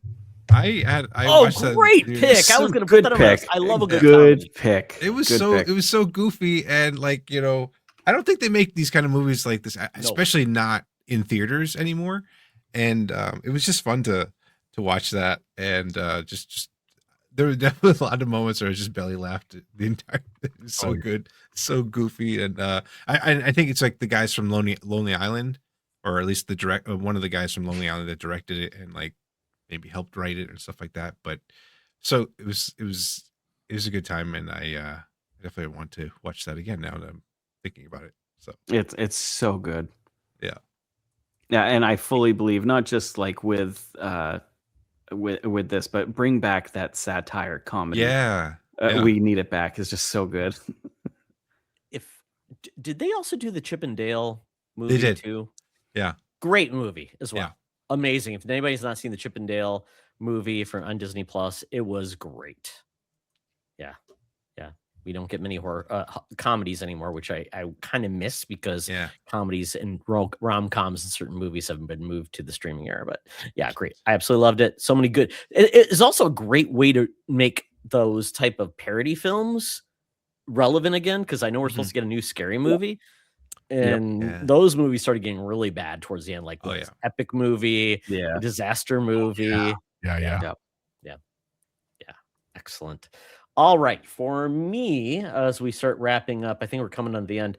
I'm going to go to Weapons. I don't know if anybody officially claimed it as their movie, but talk about a movie that felt like unexpected where it was going to be. But to me, it came down to, this felt like an X-Files episode. That's truly where it landed for me. It felt really different. The concept was interesting. The way they told the story from different people's perspectives, but also kind of set you up. This is exactly what happened with a voiceover. And, but then it was interesting because it was disarming at certain points, because at certain times I kind of laughed, and it was like so goofy and weird. I'm like, what did I just watch? And it was just, I think it knew it needed to disarm you a little bit, because it's like, yeah, this is a ridiculous thing. We're going to go there, but it will make it interesting. And then when it finally wrapped up, I'm like, that is really tragic, because how it dealt with the kind of the survivors of what happened was like, ooh, that's sad. Not everybody has a positive light, even if they survived. So really, really great effect. I mean, I always think about the director behind Weapons and all these guys. They're just really having a really cool era of horror. And I think of, what was the other one with Nick Cage playing the villain? Oh no, Long Legs. Oh, Long Legs. Yeah. Just very weird and different. Yeah. I was going to say what Eric just said in the chat, that he's going to do a new Resident Evil movie, which is going to be awesome, but not really tied to any of the games. He said that, like, it's not going to be, it's just going to be in that universe, and he's going to do his own thing, which is cool. Very cool. Hopefully better than House of the Dead, which was not tied to any video game. Yeah, let's not but Uwe Boll. let's not Yui Bowl this. No. yes. All right. I think we're on our last round. Jose, the one take I'm us going home. to say is one that I actually watched with all of our friends from the Nerd Chat, minus Chance. He didn't get to come. But we went to go see Mission Impossible, The Final Reckoning, like the last Mission Impossible. Dude, just a fun movie. Like if you like Mission Impossible and like a popcorn flick and the thrillerness of just like all the crazy stuff they do, really cool way to wrap things up. It was a great fun to go show to go watch with your friends and that kind of stuff. We had a great time. Dan dressed up in like a tuxedo and was like Nice. stuff like So that. Dan. It was a good one, man. I'm glad that it wrapped up that way, and highly recommend if you like Mission Impossible. That was the most Tom Cruise of all the Tom Cruise movies Oh, because man. he Certainly loved that was. one flying scene. I'm like, this is all for Tom Cruise because I'm like, it's really long. And I'm like, are we done yet? So I appreciate everybody got what they wanted out of that film. Mine salute you, is Jose. mine's going to be just recently came out, Avatar, A Fire and Ash. That's what I'm going with. Love Avatar in general, and this was basically a Way of Water 2.5. Basically, it was just like a continuation of that, which is perfectly fine. It did rehash some things that I wasn't too happy about, like recycled, like in not set pieces, but like moments. But overall, very good. The new characters that they added in were really good. Can't wait to see more of them in the future. And of course, it's blowing money out of the water, of course. So I'm sure we'll see it. Who knows when? Because I know James Cameron wants to do supposedly another film before going to those, but we'll see. Loved Avatar. Of course, the graphics just phenomenal. Phenomenal. And just going with the Sully family, just watching them grow and seeing the kids grow and stuff, it's good stuff. I will say this. I wanted more of the sexy fire lady. That's all I wanted to say. Same. But she was amazing. Yeah. I just like, this is the whole what she character was brings to the great. table. Yeah. Oh, I loved it. I loved it. Yeah, So I good. wanted more. Yeah. So hopefully more in the next one.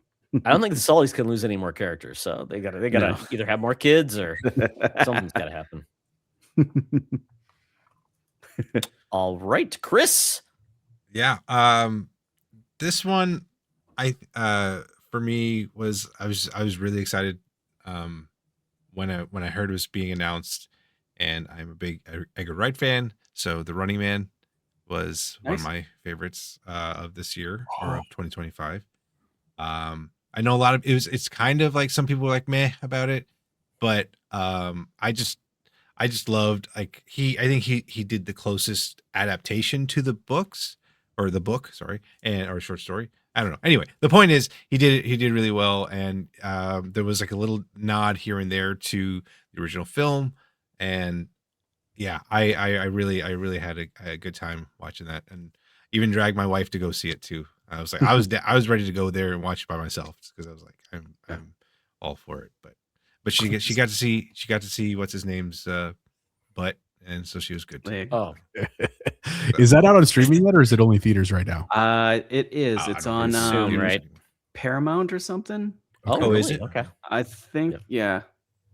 It's on something. I just can't remember. It's either Paramount or Peacock. Starts with a P. There's too many nowadays. Yeah, I know. Look for the P. Yep. So Clint says, look for the P. Yeah. Just look for the Be P. careful what you look for Quote when it. you search that. The P. Running Man. Yeah, interesting film. I felt was the most non-Edgar Wright of all Yeah. his films. But I, I feel feel like like I it totally got get that. yeah. I think it got more Edgar Wright near the end, but yeah, I agree with you. There was like definitely some. Still All I will say is anybody who doubts Glenn Powell, check out Scream Queens. It's his defining role. Chad Radwell, he is amazing. I will keep bringing it back. Chad Radwell, his role in that is amazing. Check Chad out Powers Scream is great Queens. too. I don't know the TV show. I've watched a little bit of it, so I can't really guarantee it. I don't think he's reflected Chad Radwell, so we'll do that. But no, I totally was very excited about that film. So check it out. It's a good time. So mine is going to be kind of a tie. I know that's kind of a cheat, but Superman for my heart. That is my kind of feel-good movie of the year. The fact that Superman was finally done right, finally delivered, Really good. and kind of did something cool and fun and brought in the actual DC universe Yeah. to a film where it wasn't just like, now we're gonna have to 18 films to actually introduce all the characters. Nope, we're Yeah. smart, we're intelligent. Yeah. We can guess that there's people that live in this world. So I really respect that. Like they're doing. Very excited where we're getting with Supergirl. Very excited. But this kind of cheats, but I'm gonna take it home. Finally watched the movie that probably is most people's pick for the movie of the year. Battles. God, I'm gonna kill the name. Every Battle Everywhere. All the Oh, battles all the time. Yeah, it's One on battle my at a list, time. but isn't it like almost 3 hours? I think that's the Yes. only reason. It's the Oh, only it's reason I haven't 2 watched hours it yet. and 45 minutes. I was like, Yeah. I'm gonna watch this movie, and I had a hell of a time. Was it Every Battle Everywhere? Somebody tell me. It's on. You're mixing it with from like HBO. last year's winner, right? Was it? I probably am. It's the Leonardo DiCaprio Yes. film where he was basically a retired. Yes, everything. No, One not battle everything. after Everywhere, another. all at once. One battle after Fire. another. You're confusing me. One battle after another. This movie is so different than what I expected. It is quite honestly almost felt like Unforgiven for modern times, where you had Oh. a very Okay. rusty revolutionary in modern times who had been in hiding for so long and had used so many drugs and alcohol and everything, basically blurred everything that he brought to the table to make him competent. And then his world collapsed almost 18 years later, and he had to find himself. And it was also dealing with a very balanced take of serious, but not too serious. So in a lot of ways, it was like my emotions didn't necessarily get tears, but I felt the pull of a father trying to go through this. And I tell you, come to the Sean Penn of this movie will bring you to the yard. Holy cow. I did not expect this performance from him. Worst haircut I've ever seen from a military guy. Very awkward character. And it went places in different things. It transitioned different emotions. And Leonardo DiCaprio is probably at his least attractive ever in his career. He's in a bathrobe half of the movie. Benicio del Toro is hilarious. Is like this basically an Underground Railroad character who runs a karate studio. It's really interesting of a movie, and I'm glad it's getting attention because if you watch this, you will feel the resonance of what's going on in the world right now, especially with me living in Minnesota near Minneapolis. And it's very important that this is what's going on. I'm not sure if the right people will see this movie that need to see this movie, but it definitely does things in an interesting way. And I really, really appreciate it. So I'm going to say, definitely check it out. It's on HBO Max right now. You don't have to go to a film. Clint, you can watch it in pieces if you want. And it might be the good thing for you. I think so. I definitely want to watch it. Just like me. I love I love Leo and the trailers and a couple reels that I've seen of it. I know I'm definitely gonna like it. It's just finding the time because the missus wants to see it too, so I can't just watch it now. We both gotta find 3 hours, so pretty soon. Don't watch it night before bed because it may not get you. Just it might not be exciting enough at certain instances, but check. Gotcha. Okay. I'm surprised. Any other movies before we move on to I mean, the end of the show? The horror guys. I thought you guys were going to mention Frankenstein. I still haven't seen it yet because it's really good. It's super good. Really quick to throw out there. It's really good and phenomenal makeup. Yeah, really good. Love it. Yeah, I'm excited. I like Guillermo del Toro, not Benicio del Toro, because I always screw up the two names. I do too. You know, interesting actors, interesting directors, but it looks really cool. And I have a special place in my heart for Frankenstein. There's a really cool museum. It's all about electricity and science, and they do a Mary Shelley exhibit, which I really love. And if you're in Minneapolis, definitely check it out. Yeah, we're also getting Bride pretty quick too for Frankenstein. Oh yeah, that one looks really interesting. Yep. Oh my goodness, gotta love that. All right. Well, I was gonna say let's take a look forward to 2026, but you know what? We've ran long. Let's just say, at this point, guys, if there's any movie you think that you would say, one movie or TV series for everybody that's listening right now that they definitely should spend their time on and check out, what is your recommendation? For Jose. 2026 or in general? Just in general, like something you say, you know what, after everything I saw, this is the one you need to see if you haven't seen it yet. Oh God, that's so many. Wait, yeah, I know. I know. Is it your number one? It could be just your number one. Look, I don't know. I will say, if no one's ever watched it, this is an older movie, but The Nice Guys is like one of my favorite Still haven't movies watched it, of all Chris. time. It's so good. And he actually talked Shane about it on a Black. podcast we did Yes. together. Shane And I Black, still didn't watch it. and fantastic writing, and like Ryan Gosling's in it, and what's his name? Russell Crowe. Russell Crowe is starting Yep. to That elevator scene. let himself go. Just classic. It's Classic. You guys are together. Look at that. Classic. Awesome. Yeah. All right, we've got that movie. Jose. There's two that I didn't even mention either of these today, but I would say to check them out, or three of them. I'm going to do three real quick. Is if you need something lighthearted, meanwhile, my wife loved Abbott Elementary. This is probably unique because we're both in education, but it feels like a very apt description of what it's like to work in education, but in a funny, lighthearted way. So I highly recommend that on ABC. The other big show that if you really have not watched it, I know they're going to do, I think, one more season. That's The Bear on Hulu. Oh, Bear is such a good show. Like, I Very gotta good. catch up. I'm stuck on that Christmas episode. Oh. That just rocked my core. Yeah. and it's Yep. it's just so good. Like, I just can't describe how good of a show it is. The new season was really, really well done, but I do think it's time like for them to start wrapping it up. And then the other one I didn't mention, but it's in that DC universe, Creature Commandos. If you like DC stuff, yeah. and if you like monsters, like classic monsters, Frankenstein, check out Creature Commandos on HBO. It's only one season, which sucks because like Oh, they're not bringing it back?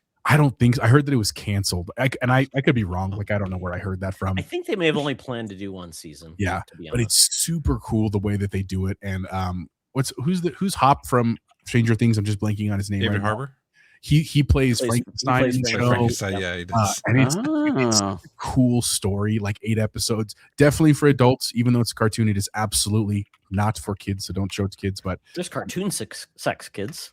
yes, very graphic version of it. Hold on, let me add that to the list. It's like Yep, 1 second. absolutely. There we go. But it's in the realm of like Suicide Squad. Amanda Waller's in it and stuff like that. So is Yep. Frank Grillo plays the father of blanking his name, who he played in Rick Flag. He's Rick Peacemaker. Flag, Flag. Jr. Senior.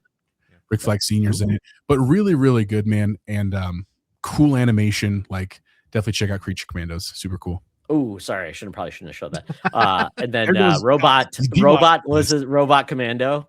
GI Robot. Yes, yes. He's really good. Oh, Eric said Creature Commandos was renewed for Yeah. season 2 coming 2020. Nice. That's Shout great. out. And it is connected to the DC new universe because James Cool. Gunn was all behind it. So Yeah. appreciate that. Cool. All right. Clint. I'm going with something really recent because I absolutely loved it.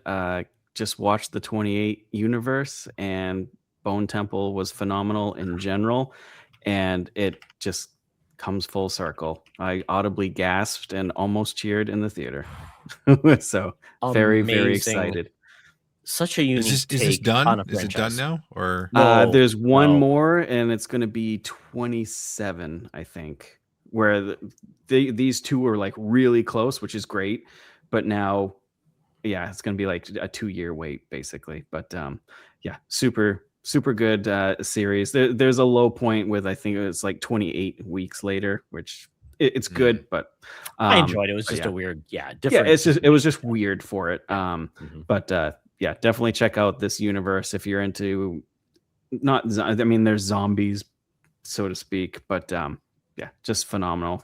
Great actors in all of the films. So yeah, check it out. Come for Duran Duran. That's Yeah, God, Lot and of Duran Duran in that Radiohead. movie. The Radiohead. Oh, Oh yeah, the music. don't is- get me started, Todd. I'll go on for 2 hours. Absolutely. For Chris, and you already did yours, so I'll do my last. I highly recommend everyone checking out Blue Eyed Samurai. Season 1 came out in 2024, I believe. Season 2 is coming amazing if you like the animation style of some of those Sunny projects, plus a really unique take. And if you like Shogun, I think it fits really well within that mythology. It's really cool. Cannot appreciate enough about that series. So Blue Eye Samurai, definitely do yourself a favor and check that out. All right. Well, that is it for our look back at 2025. We're going to do a show that's all about focused on 2026, and we're excited about for the coming year. But with that, we are done with 2025. We salute you. Hopefully 2026 is an even better year for film and TV. So with that, gentlemen, thank you so much for joining me on this journey on what we loved in the year of movies and TV. So with that, Jose, tell people where they can find you across the web. You can find me mostly on Thursday nights for our show, The Nerd Chat, talking about gaming, food, and the good old days with myself and 3 of my best friends that we literally grew up together and just love playing video games and talking about life and all the delicious things that we shouldn't eat and yet that we still do. So if you want to check us out there, we would appreciate that. Thursday nights on YouTube. Clint. You can find me at Spreading the Nerd at all the socials, TikTok, Threads, BlueSky, all the good stuff. And we are live Friday nights, 7:30 p.m. Eastern, if you want to see shenanigans and just RNG goodness. And sad to point out that Butch did not build his own PC. So Butch, -2 points. He can't though. Tisk, It's so tisk. expensive. It's too Yeah, expensive. that's I pretty know, much the yeah. reason why. It was just too expensive. This is crazy. Exactly. Yeah, I basically get a pre-built because at that point, then you're probably getting a big discount on certain parts. So I That's totally crazy. get it. Yep. So Butch, you keep on doing you. Chris. Yeah, I mean, I don't have hot takes like these guys over here with Nerd Chat and Spreading the Nerd, but you can find me on, I guess, Instagram at TC1H1D and BlueSky at 1H1D. Finally got that handle, which was great. And I have a podcast that drops every Wednesday evening, and it's been going on for 4 years. So yeah, it's been Nice. fun, and yeah, I'm Highly Right. recommend everybody check it out as well because basically it's if you like Game Pass and you don't know what to play, Chris and his co-host, they pick one game, play it for an hour, and they make a decision. It's very entertaining, and Chris has been lighting it up on Reels, so check him out and wherever else he does his videos because he's very good at it, and he's very, very modest. I guess. Awesome. And he's saying nothing at all. Leave me hanging. Thanks, Chris. I appreciate that. And I want to say thank you all for you guys for showing up. You mean a lot to me. This new venture that I got into the Fandom Foundry. I'm so glad that we have people that find this fun to celebrate the things we love. I want to thank everyone in the chat. This live thing is brand new to me as well in 2025. So I'm screwing it up a lot. I have to take a bathroom break. Sorry, I apologize, but I appreciate you guys for joining us. But we had so many cool people join us in chat. Too many for me to name, but you know what? You're in our heart. And I learned a lot today, even adding your comment into the video. So I learned something today, and I get a +2. So with that, you can follow the Fandom Foundry on all socials at the Fandom Foundry, BlueSky, Instagram, on our YouTube channel, on our Discord, on our webpage. And we also have a Threadless page if you want to buy something with our logo. There's going to be more in that's even better in 2026. So thank you so much for joining us. And with that, I will say thank you all. And remember, folks, this may not be your best week, but next week could be your best week ever. Thanks, everybody. Have a good night.